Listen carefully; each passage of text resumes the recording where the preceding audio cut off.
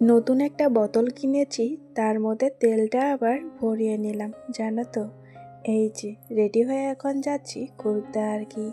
এইদিকে ওর পাপা আমাকে এসেছে রাখতে, জানো তো। এইদিকে আমি আমার যার সাথে ঘুরতে আইছিলাম, ঘুরতে এসে পরে যে পাবো কোনোদিনও ভাবিনি। আজকে আমি ভিডিওটা শুরু করছি রাত থেকে আর কি। রাত্রির এখন ঘড়ি কাটায় বলতে 8:30 বাজে। যেহেতু আমার বরমশাই এসেছে, তাহলে ভাবানো 8:30 বাজে আর কি। ওইদিকে মাম্মাম কিন্তু ঘুম থেকে উঠে পড়েছে।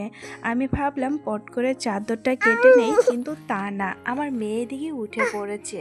ওর এদিকে কাণ্ড দেখো, আমি যখনই কাজ বাজ করি না কেন ওকে তো আসতেই হবে। এদিকে চাদরটা বিছিয়ে নিলাম, ভাবলাম যে কাটবো, কিন্তু ওর মধ্যে উঠে বসে আছে। এদিকে ভালো করে মাপ নিচ্ছে, জানো তো, একটা নতুন চাদর কাটবো আর কি আমি। তাহলে ভাবো কতটা কষ্ট লাগতেছে। মানে হয় না, একটা নতুন জিনিস পুরনো হলে আলাদা কথা, নতুন একটা জিনিস কাটানো কিন্তু অনেকটাই গায়ে লাগে। যেহেতু আমার সংসারটা আবার নতুন, অত আবার পুরোনো কাপড় সাপুর নাই, সেজন্য আর কি। এদিকে আমার মেয়ের অবস্থা দেখতে পারছো, সে যে এত দুষ্টুমি লাগাইছে কি আর বলবো। এদিকে আমি চাদর কাটবো বলে বিছাইছিলাম, তার মধ্যে আমার মেয়ে ঘুমিয়ে পড়েছে। এদিকে আর পাপাকে বললাম ধরার জন্য, কিন্তু একাই যেহেতু পাবো না, আমি না, ও যখন ঘুমিয়েছিল তখনই ভাবলাম সব কিছু রেডি করে রাখি, কিন্তু তা না, যখনই চাদরটা বাই করলাম তার মধ্যে কিন্তু আমার মেয়ে উঠে পড়েছে আর কি। এদিকে ঘুম থেকে উঠে ওর অবস্থা দেখতে পারছো। অনেক দিন থেকে ভাবছিলাম বানাবো বানাবো, আজকে যেহেতু ধরেছি আজকে তো বানায় সারবো আর কি। বরমশাই বলতেছে যে আজকে করতে লাগবে না, কিন্তু আমি কি মানবো বলো, আমাকে তো করতেই হবে, যেটা আমি কইছি করব। আর আমার মাম্মাম দেখো গলার মধ্যে ফিতা নিয়ে ঘুরতেছে, মনে হচ্ছে যে ও নাকি কাপড় কাটতেছে। ওই চাদরটা দেখতে পাচ্ছ, ওটাও কিন্তু অনেকটাই আমার ভালো লাগতেছে, ভালো ছিল আর কি। চাদরটা একটু আর কি ছিঁড়েছে, সেটাও আর কি যোগদান দিব। যেহেতু একটা চাদরে তো হবে না, তার জন্য আমার দুটো চাদর লাগবো। অনেক দিন পর আবার মিশিংয়ে বসলাম আর কি। মিশিংটা দেখতেছি যে ভালো না খারাপ হয়েছে, যেহেতু ধরে নাও 3-4 মাস পর আর কি। এদিকে এখন চাদরটা সেলাই করব, যেহেতু অত একটা ভেজাল না, তুষকের কাভারটা বানানো আর কি।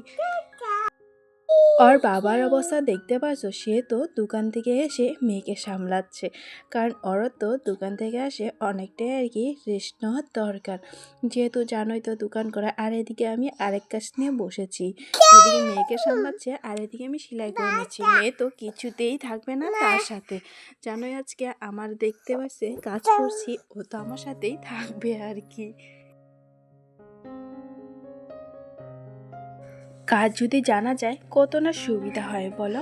আমি একটু সেটু কাজ জানি, তার মতো হচ্ছে কত কাজ করে ফেলে সেটা আর বলার বাইরে। আমি তো নিজের কথা নিজে আর কি তারিফ করতেছি। তো যাই হোক, এদিকে সেলাই অর্ধেক হয়ে গেছে আর একটু বাকি ছিল, তাই এদিকে বড়মশাইকে বললাম তুমি খালি অল্পটুক ধরে দাও, তাই আর কি পটাপট করে হয়ে যাবে। তো ফাইনালি কিন্তু আমার আবার হয়েও গেছে, দেখতে পাচ্ছ কতটা সুন্দর হয়েছে। আমার কিন্তু দুটো বিছানার চাদর নষ্ট হয়ে গেল, নষ্ট বলতে কাচেরই। তো এই যে সকালে ঘুম থেকে উঠলাম, এইদিকে বরমশাইকে ডেকে উঠালাম, যেহেতু মেয়ে উঠে গেছে তাকে নিয়ে তো আমি কাজ করতে পারবো না। আমার মেয়ের অবস্থা দেখো, সে তো মশারির ভিতরে কত যে দুষ্টামি লাগাইছে আর কি। জানো তো, পরের বাড়ি কিন্তু পরের বাড়ি হয়। এদিকে ঘুম থেকে উঠেছি, কই থেকে ঘরের কাজ করব, আগে গেলাম উঠান ঝাড় দিতে, মুছামুছি করতে, কারণ সকালের উঠান সকালে ঝাড়ু দিতে হয়। বিছনাটা ভাবলাম সেটা তো ঘরের মধ্যে, সেটা না হয় পরে করব, আগে বাইরের কাজগুলো করে আসি। এদিকে মেয়েও কিন্তু আমার সাথে এসে পড়েছে। আজকে না চারিদিকে কিন্তু কুয়াশায় ভরে গেছে, দেখতে পাচ্ছ কিচ্ছু কিন্তু দেখা যাচ্ছে না, আজকে অনেকটাই কুয়াশা পড়ে গেছে। আর দেখি মেয়ে তো পড়ে গেছিল ওই যে ওই দিকটায় এসে আর কি। এই যে কোনো কিছুই কিন্তু দেখা যাচ্ছে না, ওইদিকে তো আর কিছুই বোঝা যাচ্ছে না। এখন তো একটু একটু গরম পড়ে গেছে, তার মধ্যেও কিন্তু কুয়াশা দিয়েছে, আজকে হয়তো লাস্ট কুয়াশা পড়েছে, জানি না আবারও পড়তে পারে। তারপরে সে এই যে ঘরের কাজগুলো করে নিব এখন, যেহেতু কালকে আবার তুষকের খাবারটা বানাইছি, লাগানো হয়নি, জানো তো আজকে লাগাবো আর কি। এই যে ঘুম থেকে যেহেতু বিছনাটা উঠাবো, তাই ভাবলাম এটাও লাগাই নেই। তো বর্মশাইকে ডাকলাম, যেহেতু আমি একাই লাগাইতে পারবো না। এদিকে আমার মেয়ে চুপ করে থাকে, সেও কিন্তু এসে পড়েছে। অনেক কষ্ট করে লাগাইতেছি, তাও আবার দুজন মিলে। কষ্ট বলতে এই যে আমার তুষকটা যেহেতু 30 কেজি তুলার তুষক, আর আমি না এইসব তুষকে ঘুমাইতে অনেকটাই ভালোবাসি, যেহেতু আমার এটাতেই অভ্যস্ত হয়ে গেছে। বর্মশাই আবার নিয়ে এসেছিল ওই যে গদি আর কি, সেটা আমার একদমই ভালো লাগে নাই, তাই আর কি রিটার্ন করে আবার এটা নিয়ে এসেছি আর কি। তো এই যে ওই ঘরে একটা, এই ঘরেও আবার আরেকটা, দুটো তুষক করেছি। জানো তো, অল্প অল্প করে আমি এখন সবই করে নিচ্ছি। এদিকে বড়মশাই কিন্তু তুষকটা প্রায় লেগেই দিয়েছে। ও নাকি আগে লাগাইছিল, আমিও তো আগে লাগাইছি, কিন্তু না এত ভারী আমি আর তুলতে পারি না। তাই বড়মশাই বললো, তুমি যাও, আমি লাগাই দিব আর কি। ওই যে দেখতে পাচ্ছ, প্রায় কিন্তু লাগানো প্রায় হয়ে গেছে। ও বলতেছে বারবার, এটা লাগাই কি হবে, তুমি তো ধুয়েই দিবে। কিন্তু এত ভারী আমি খুলতেও পারবো না, ধুতেও পারবো না। হয়তো কোনো কিছু হলে তখন ধুবো আর কি। এমনি তো এটা খোলা অসম্ভব কথা আর কি, খোলা যাবে কিন্তু ওটা না। কিন্তু তাও আর কি, এত ভারী কি করে তুলবো আর কি করে বা ধুবো।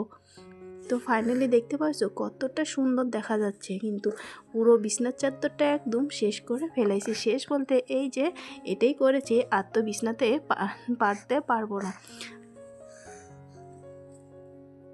তো স্নান করে আইসি কাপড় রোদ্রে দিতে, ওইদিকে পূজাও করেছি আর কি। ওই যে খেতা, মানে মামামের খাতা, তারপর বিছনার চাদর সব কিছু কিন্তু রোদ্রে দিয়েছি। আর এদিকে আমি কাপড়গুলো কিন্তু রোদ্রে দিচ্ছি, জানো তো। আর কয়দিন পরে তো বৃষ্টি পড়লে এদিকে পুরো জল হয়ে যাবে, তখন আর কাবুসা পুরো দিতে পারবো না। ওরা দুজন না বাজারে চলে গেছে, দুজন বলতে বাবা আর বেটি। তাই ভাবলাম পট করে রুটিটা বানাই নিই, অনেকদিন হলো রুটিও খাওয়া হয় না। এদিকে আটাটা মেখে নিলাম, তারপর না এখন আবার রুটি বানাবো। ওরা আসতে যেহেতু দেরি আছে। তোমরা হয়তো ভাববে যে এখনও আমি চুলটাই ঠিক করি নেই, কিন্তু আমি এখনও সিঁদুরও পরিনি, ক্রিমও লাগাইনি, কিচ্ছুই করিনি, কারণ আমার সব কিছুই তাড়াতাড়ি করতে হবে। ওইদিকে আবার মাম্মামকে স্নান করানো, খাওয়ানো, এসব করতে কিন্তু আমার আবার 12টায় বেজে যায়। তাই এদিকে রান্নার কাজটা হয়ে গেলে তখন না ওইদিকে আবার নিশ্চিন্তা, কারণ মাম্মামকে খাওয়াতে অনেকটাই টাইম লাগে। আজকে সকালে যেহেতু রুটি বানিয়েছি, তাই ভাবলাম মাম্মামের আজকে সকালের খাবারটা দিব রুটি আর কলা। রুটিটা প্রথমে ভালো করে ধুয়ে নিলাম। এদিকে মাম্মামকে স্নান করে দিয়েছি, তারপরে খাতাটা তুলে এখন আবার বিছনার মধ্যে বাঁধবো, কারণ মাম্মামকে এখন ঘুম পাড়াবো, আর টাইম হয়ে গেছে।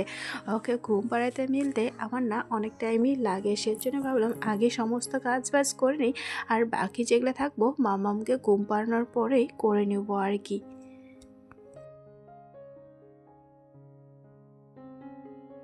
আজকে আবার এনেছে 2 রকম মাছ। এদিকে মাম্মামকে ঘুম পাড়ানোর পরে পট করে গেলাম রান্নাবাড়ি, কারণ আমার আজকে আর বসার টাইম নাই। 2 রকম মাছ না, একটা চিকেন এনেছে, আবার এনেছে ছোট ছোট মাছ। এসব আবার কাটতেও হবে, অনেকটাই টাইম যেহেতু হয়ে গেছে, তাই না মাছগুলো একটু নরম নরম হয়ে গেছে, তাই লবণ দিয়ে ভালো করে ধুয়ে এখন না লবণ হলদি মেখে তারপর না ভাজতে দিয়েছি আর কি।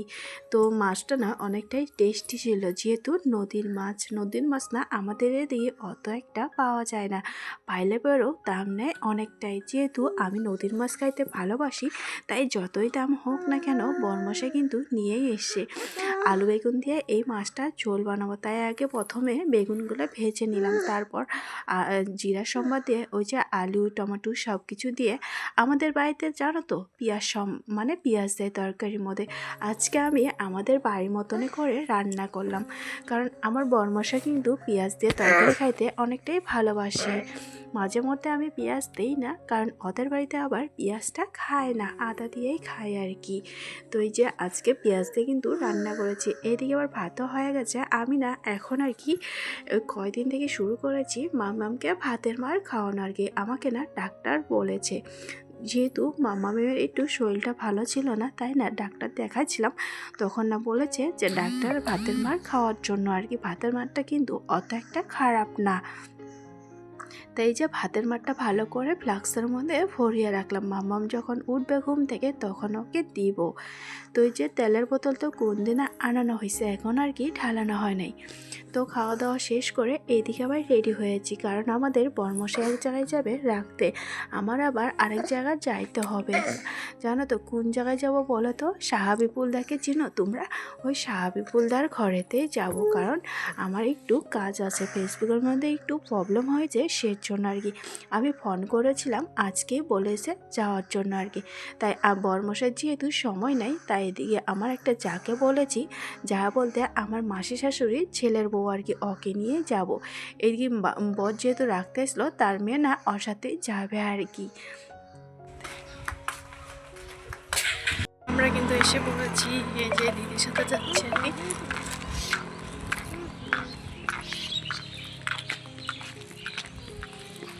আমাকে ঠিকানা দিয়েছে, সেই হিসাবে কিন্তু এসেছি, পিলপিলি দিয়েই এসেছি আর কি।